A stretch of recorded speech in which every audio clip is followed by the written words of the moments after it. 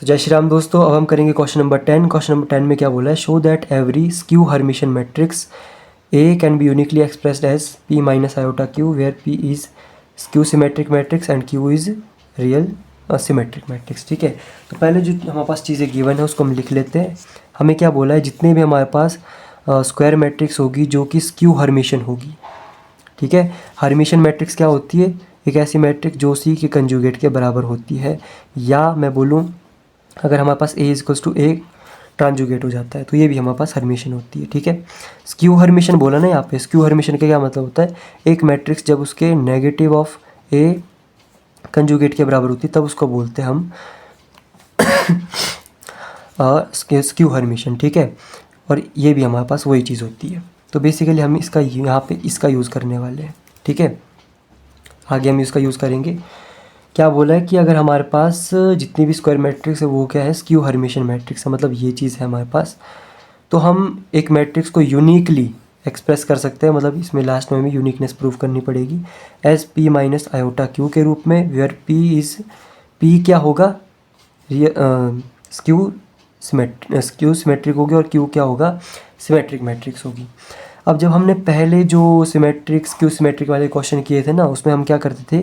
A equals to 1/2 A plus A transpose करते थे, plus 1/2 A minus A transpose करते थे। ठीक है, जहाँ पर इसको हम पी लेते थे, इसको क्यू लेते थे, ये हमारे पास सिमेट्रिक होती थी और ये हमारे पास स्क्यू सिमेट्रिक होती थी। ठीक है, अब यहाँ पे चीज़ें बदल गई है। यहाँ पे क्या बोल रहा है? ये जो पी है, ठीक है, ये हमारे पास होनी चाहिए स्क्यू सिमेट्रिक और ये होनी चाहिए सिमेट्रिक।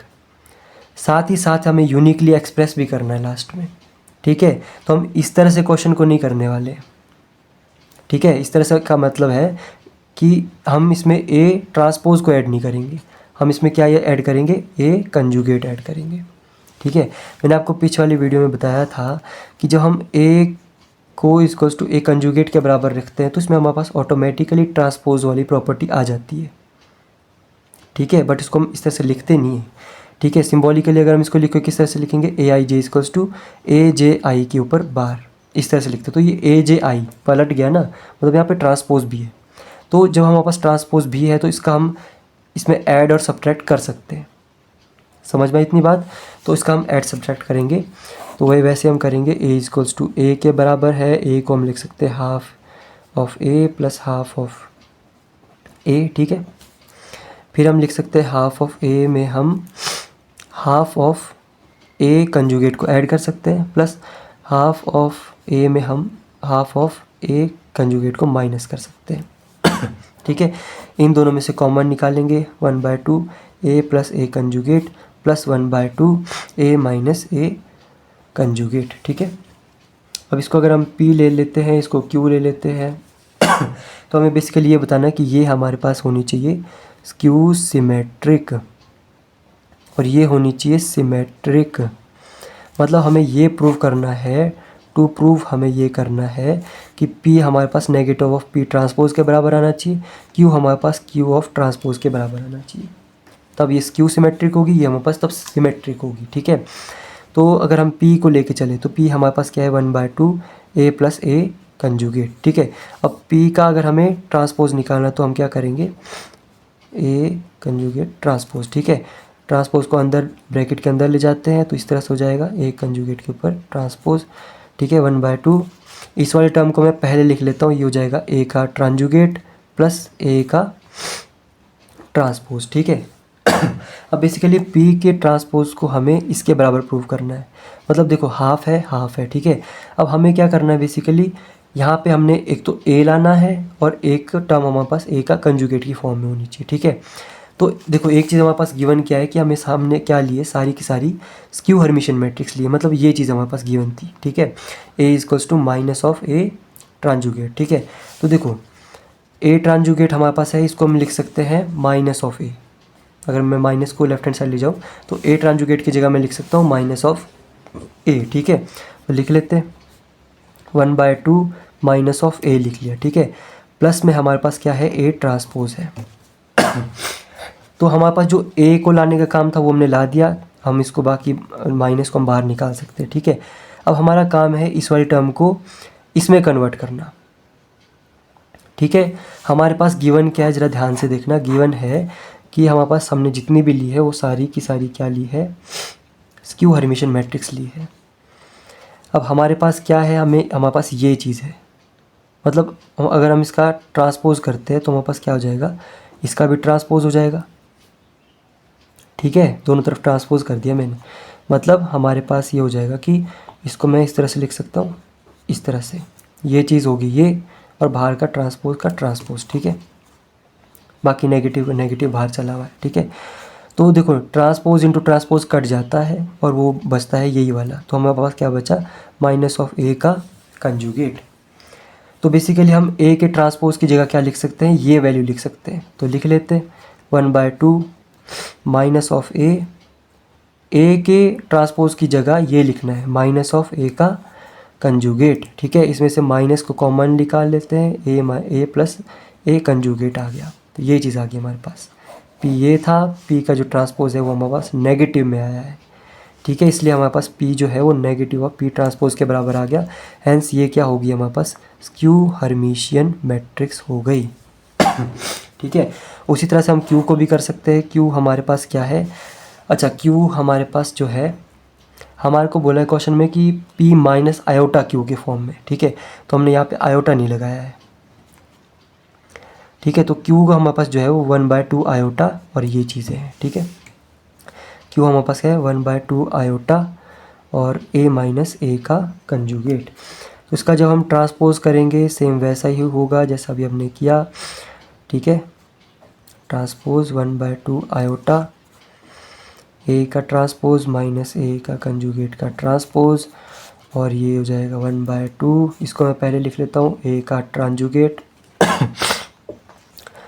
और अच्छा हमें माइनस है तो माइनस इधर लगाना पड़ेगा। ठीक है, ये हमारे पास प्लस का ए का ट्रांसपोज। ठीक है, अब हमें गिवन है कि भैया माइनस ऑफ ए का ट्रांजुगेट ए के बराबर है, तो मैं इसको डायरेक्ट ए लिख सकता हूँ। ठीक है, 1/2 आयोटा इंटू में ए प्लस ए ट्रांसपोज।